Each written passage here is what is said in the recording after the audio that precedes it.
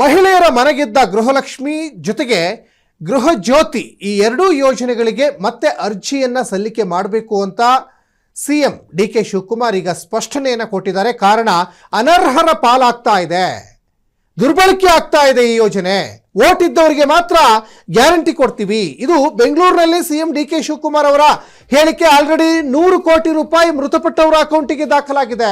ಗ್ಯಾರಂಟಿಗಳಿಗೆ ದಾಖಲೆ ಬೇಕು, ಫೋಟೋ ಬೇಕು.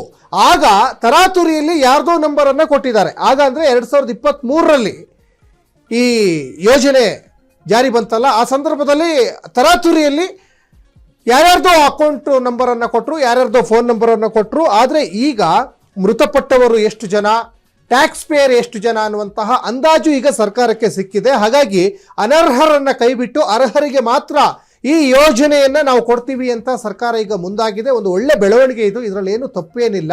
ಆದರೆ ಈ ನಿಜವಾದಂತಹ ಅರ್ಹರು ಏನಿದಾರಲ್ಲ, ನಿಜವಾದ ಫಲಾನುಭವಿಗಳು ಇದಾರಲ್ಲ, ಅವ್ರು ಏನು ಹೇಳ್ತಾ ಇದ್ದಾರೆ ಅಂದ್ರೆ, ಈಗ ಅನರ್ಹರನ್ನ ಕೈಬಿಡಿ, ಮತ್ತೆ ನಾವು ಅರ್ಜಿ ಹಾಕಬೇಕು ಅಂದರೆ ಅದು ಪ್ರೊಸೀಜರ್ಸ್ ತುಂಬ ಟೈಮ್ ತಗೊಳ್ತದೆ. ಈ ಹಿಂದೆ ಕೂಡ ಸಾಕಷ್ಟು ಅದೇ ಥರ ಟೆಕ್ನಿಕಲ್ ಇಶ್ಯೂಸ್ ಆಗಿತ್ತು. ಯಾಕಂದರೆ ಈ ಯೋಜನೆ ಅರ್ಜಿ ಸಲ್ಲಿಕೆ ಮಾಡಬೇಕಾದಂಥ ಸಂದರ್ಭದಲ್ಲಿ ಸರ್ವರ್ ಸಮಸ್ಯೆ ಆಗಿತ್ತು.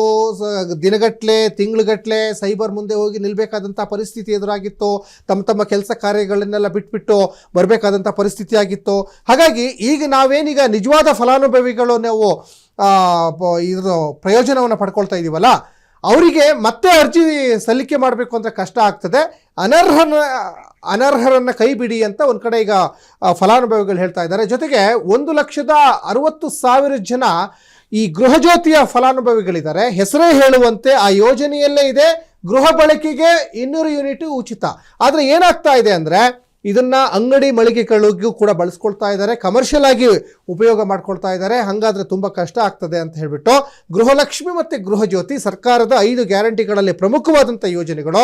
ಈ ಯೋಜನೆಗಳಿಗೆ ಮತ್ತೆ ಅರ್ಜಿಯನ್ನು ಸಲ್ಲಿಕೆ ಮಾಡಬೇಕು ಅಂತ ಈಗ ಸರ್ಕಾರದ ಪ್ರಮುಖವಾಗಿ ಈಗ ಸಿಎಂ ಡಿ ಕೆ ಶಿವಕುಮಾರ್ ಹೇಳ್ತಾ ಇದ್ದಾರೆ.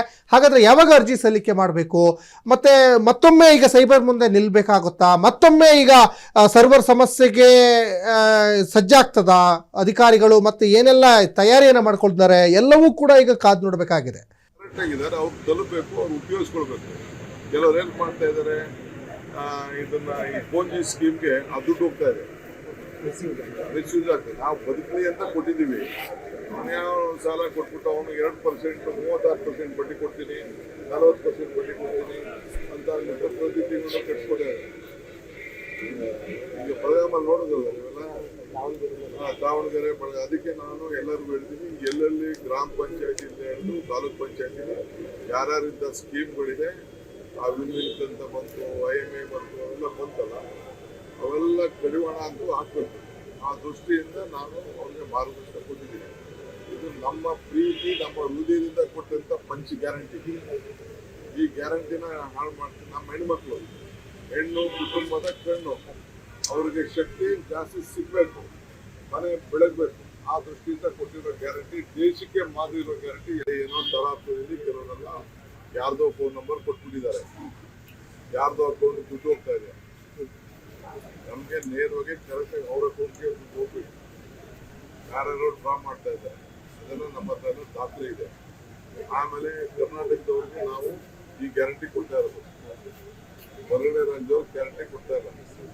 ಬಸ್ಸಲ್ಲಿ ಕರೆಂಟು ಕೂಡ ಕರ್ನಾಟಕ ರಾಜ್ಯದಲ್ಲಿ ಯಾರು